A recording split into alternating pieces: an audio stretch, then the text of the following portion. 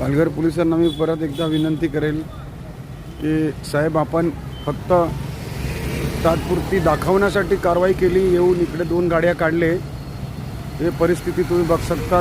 रोडवर उसाची दुकानची गाडी आहे, हे पाणीची दुकान लागलेली आहे, ते पाणीवाल्यांच्या रिक्षा तिकडे लागलेला आहे आणि हे बेकायदेशीर पार्किंग सगळी गाडीची आहे. तर या पार्किंगवर पोलीस कारवाई का नाही करू शकत? आता बघा, हा गाडीमध्ये जर कुठली मोठी गाडी आली तर इथून पास होऊ शकणार नाही.